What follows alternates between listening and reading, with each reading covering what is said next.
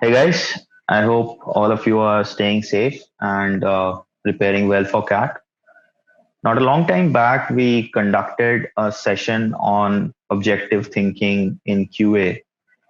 So, in this session, I took up actual CAT questions ranging from the years 2017 to 2019 and discussed a lot of these questions in the live session. The session was open to all. If you haven't attended the webinar, I would urge you to, check the description of this video and watch the full recording. In this video, I have extracted the solution of these six questions that I discussed in the live session. So, as I said, I mean, these are all CAT questions. So, if you have not tried them before, then I urge you to just pause the video and try it once, and after that just look at the solution, which will be starting right now. This is a good set of six questions. Question number 7. um, the tendency of these kind of questions is always to get into variables straight away. It's not a bad idea, it's safe to do that, but if you always have that mentality, you will never try out something new. This question is a CAT 2018 question, I believe, morning slot. It took me hardly a minute to solve this question. It was that easy if you understand some basic ideas. I'm again going to use allegation in this. I hope allegation was clear to the other people who did not have, I mean, don't have not completed the chapter as of now. So if you look at 7, a CAT aspirant appears to take a test, a certain number of tests rather. Average score increases by 1 if the first 10 tests are not considered. Now, I'm going to use some variables here, but then that is just from representation purpose. Okay. So if I think about the first relation that is given, if the first 10 tests are not considered, so something like this, the three averages, you have the first 10 tests not considered means you are separating those 10 tests. So you should be left with n minus 10 tests, if n being the total number of tests. Again, I'm not going to use this variable to solve, but I'm just representing this. This is something I did in the question in the actual paper as well, because I need to do that to figure it out, right? I mean, the representation should be in front of you. And what does it say? The average score increases by 1 if this is taken off. So if this is taken off, what is increasing? So had this been the average, here it becomes a plus 1, right? So this is what is mentioned. This is the first part. Okay, now coming to the second part. The same decreases by, same means the total average. Same decreases by 1 if the last 10 tests are not considered. So if I take the other way around, so this is some other 10 tests. Okay. So the last 10 tests, I'm indicating in that way, the left hand side being the first 10 tests and the right hand side being the last 10 tests. Visually also, I'll have that clarity. So the last 10 tests are separated. Then the same average. So please understand, this average and this average should be the same. It's of the total number of tests. So this average is reducing by 1. So what is reducing for this side? Because this is the average of the remaining tests. So this value is reducing by 1 if these 10 tests are taken off, right? So this is what we have, this picture. It is also mentioned that the average scores for the first 10 tests, so that is this, the first 10 tests and the last 10 tests are 20 and 30. So first 10 tests, the average is 20. So this is known to me. And the last 10 tests average, so this value is 30, right? So this is also known to me. And we're looking for the total number of tests. So we are basically looking for the value of n. Now check this out. There is something that I noticed in the exam. This a and a plus 1 has a difference of 1. And this a and a minus 1 has a difference of 1. In this ratio, this 1 is corresponding to this 10. Even in this ratio, this 1 corresponds to 10, right?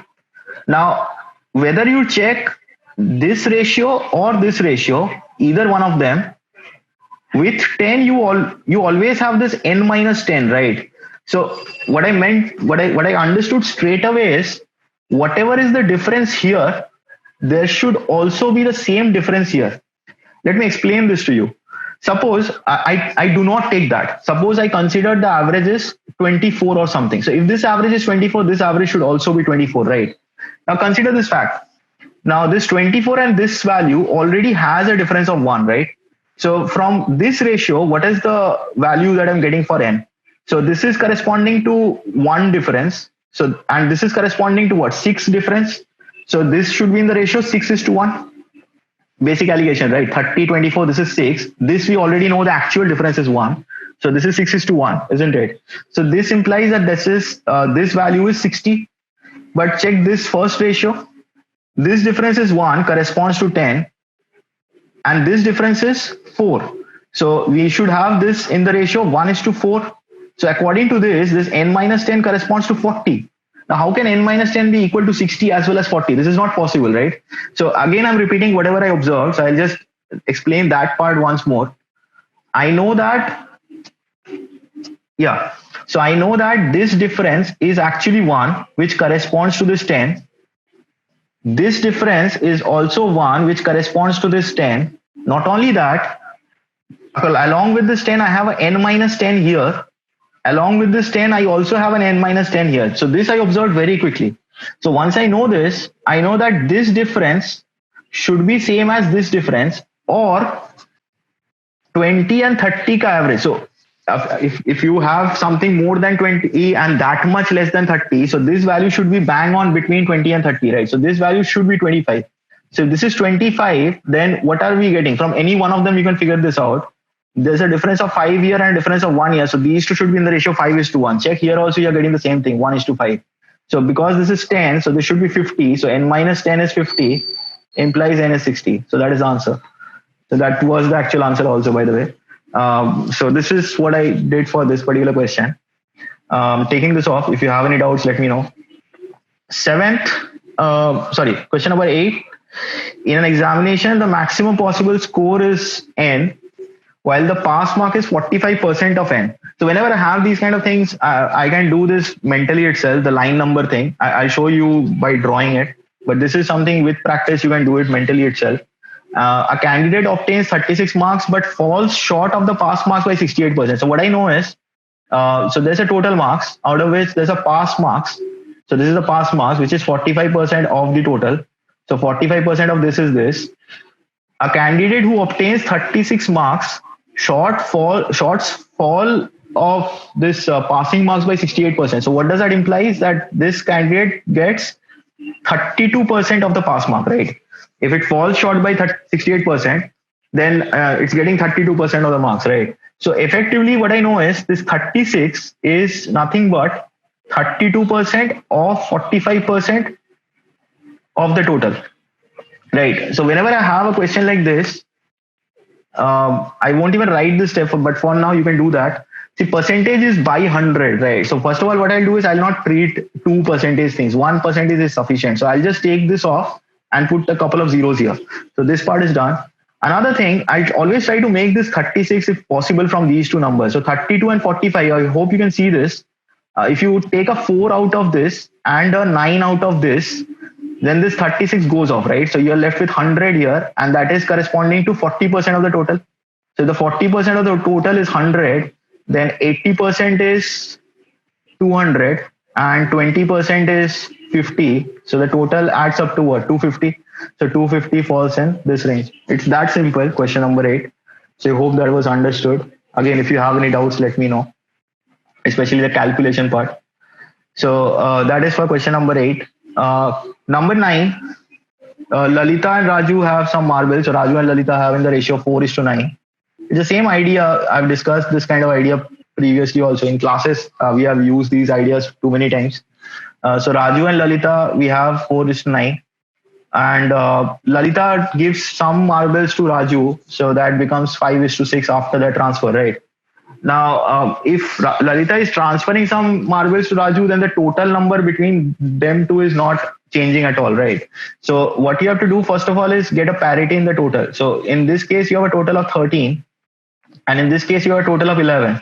In order to get that parity, you need to multiply this by 11 and multiply this by 13, right? Now, all you have to do is work with Lalita, because the question is asking for what fraction of our original number of marbles was given by Lalita. So Lalita has given Lalita originally had 9 into 11, that is 99 marbles. And she ends up with 6 into 13, that is 78. So 99 minus 78, you can quickly calculate, that is 21. So she gives away 21 marbles. So that is what, 7 by 33 fraction. So this is pretty easy, hardly 10 to 15-second question. So that is for question number 9. Question number 10. Now this is something, in these cases, I tend to do something in actual papers. I'll let you know that. So the question says that the distance of A to B is 60 kilometers. So there's a total distance of 60 kilometers. Now Parth and Narayan are starting from A and moving towards B, right? Parth take 4 hours more than Narayan to reach B. So whenever Narayan is reaching, Parth is reaching this point 4 hours after that. And Parth reaches the midpoint of A and B. So Parth reaches the midpoint, halfway point of A and B 2 hours before Narayan reaches B. So there's a different kind of relationship. So let me do that. So Parth reaches this point. This is what I'll do in actual paper. So I'll assume at any time. Okay. So Parth reaches this point at, let's say, 12 p.m. So if that happens, then Narayan, according to the second data, should reach this point at 2 p.m. And it also said in the first information that Parth take 4 hours more. So Parth is reaching B 4 hours after this, so 6 p.m. So now I know 2 times of Parth, and that is 6 hours to travel this distance. So if Parth took 6 hours to travel this distance, it is 12 hours to travel the entire distance. So 60 kilometers with a speed of, in 12 hours should be 5 kilometers per hour. So the answer is 5, by the way. You need to input 5 as the answer. So that's simple for question number 10. 11. Now please try to understand this 11 properly. I'll explain one method. This is something I tend to do in these kind of cases. It's very slick and you don't have to use any kind of variables out here. I'll just detail this with some time. Please try to understand it. If you have any doubts, let me know. Let me read the question once. So Ramesh and Ganesh can together complete a work in 16 days. After 7 days of working together, Ramesh got sick and his efficiency fell by 30%. So as a result, they completed the work in 17 days instead of 16 days. So 16 days was the total time. So they have completed the remaining work in 17 days. But I know that 7 days of working is already done. So this is the advantage of objective thinking. You know what is already done. Always look back for what kind of information is known to us. So when I'm reading the question, I know this kind of information is there. So I'll never miss out these kind of things. So 7 days of work is done. After that, what happens? So whatever work was there to be completed in 9 days, that work got completed in 10 days, isn't it? Because the entire thing is happening after 7 days. Now we are looking for Ganesh had worked alone after Ramesh got sick. In how many days would he have completed the remaining work? So as soon as you know this, you straight away know that you're looking for that remaining work part only. So by remaining work is after 7 days. So let's work on this particular situation. So what I'll do is I'll just consider this line to indicate the remaining work, that is after 7 days. Now, usually what happens is Ramesh does a part of this work in 9 days and Ganesh does a part of this work in 9 days, because this is after 7 days and they finish it in 16 days. So Ramesh does a part of this work in 9 days. So let me just extend this a bit. So Ramesh does this in 9 days and Ganesh does this in 9 days and the work gets completed, right? But instead of that, what happened is Ramesh got sick and there's a reduction in efficiency. Now, at this situation, people will start pondering over the fact that, so what happened with how much reduction is there? I'm not going to work on that. I'm just going to indicate it using the lines first. What I don't know about Ramesh, whether he has done more work or less work, if I think directly in terms of Ramesh. But what I know is Ganesh efficiency is not changing, right? And Ganesh is continuing to work. So if Ganesh is continuing to work in 10 days, so that is what both of them are working for, right? Instead of 9 days, they're working for 10 days. So in 10 days, Ganesh will obviously do more amount of work than he would do in 9 days. So this is what I'm going to represent now. So let us say this part is the work done by Ganesh in 10 days. And this part of work obviously then is completed by Ramesh in 10 days. This is by the reduced efficiency, by the way. So let me just point this out. I would not write this, but I'm writing this for your convenience. So this is the amount of work Ramesh is doing in 10 days. Now this is interesting, right? Because if you check this out, if I take these 2 points here, this difference corresponds to Ganesh's work in 1 day, because this is 9 days Ganesh work and this is 10 days Ganesh work, right? So this part indicates 1 day of work by Ganesh, right? So what I'm going to do is I'm going to just consider it in this way that let us say that Ganesh does this part of work in 1 day. So let me consider that as certain number of unit, or if I think the same thing using Ramesh, so that now I can relate that 30% efficiency somehow, right? So let us try and do that. So what I'm going to do is, instead of directly getting into Ramesh straight away, so let me consider this as 1 unit of work.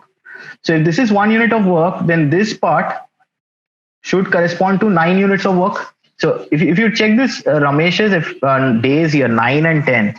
So it's better if you want to keep this integer kind of thing. So this 1 and 9 relation you can always figure out. I mean, you don't have to work on it. Okay. So I'll just take this off as of now. This is not that relevant as of now. So I'm working on keeping these values as integer. So what I mean by that is, suppose I consider that Ramesh's initial efficiency is 10 unit.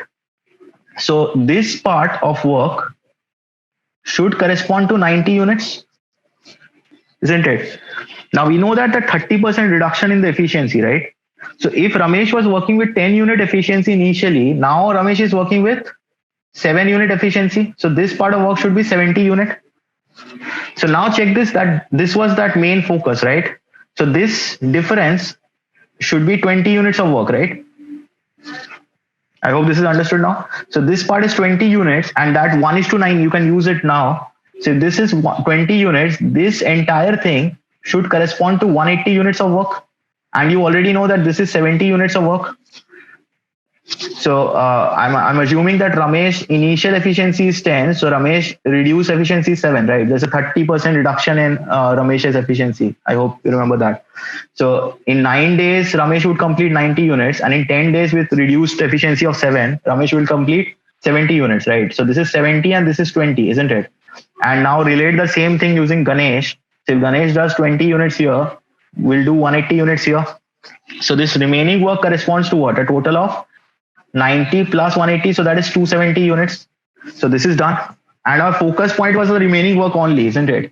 So the question is asking if Ganesh had worked alone after Ramesh got sick. Now remember, Ganesh does 20 unit of work every day. So this is also something that we know. So if Ganesh does in single day he does 20 units of work, in order to complete 270 units, how many days will it require? 270 by 20, that is 13.5 days. That is the answer for this question.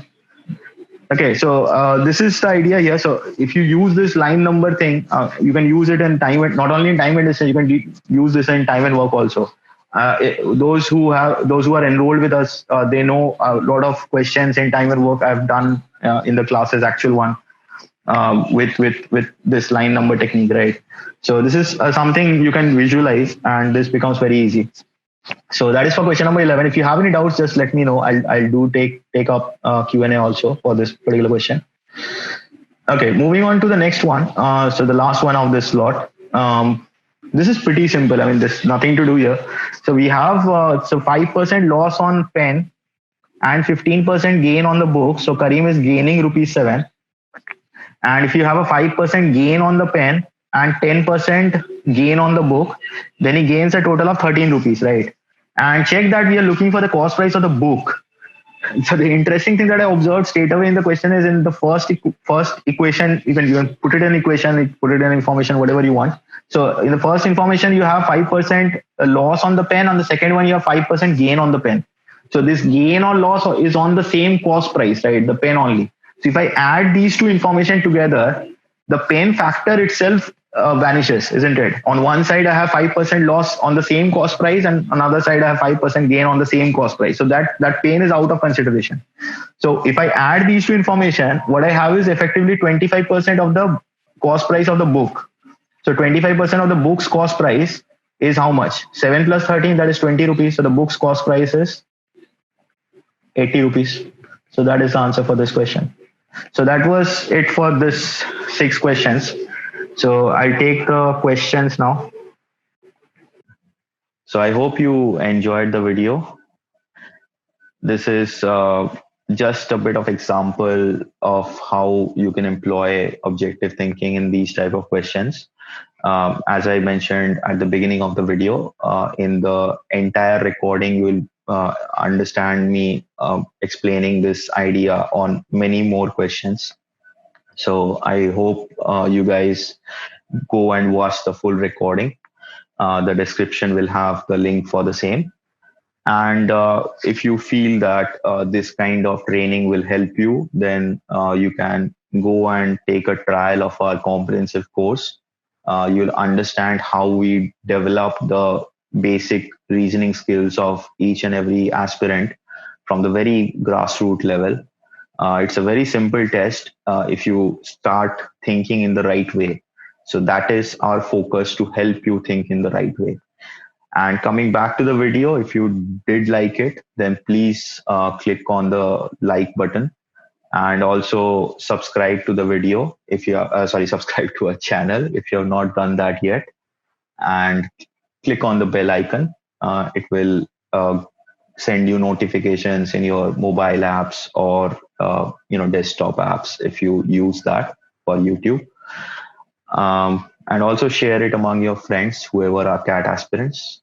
Hope you have a nice CAT preparation journey. That is more important. Enjoy it, have fun, keep learning. Thank you.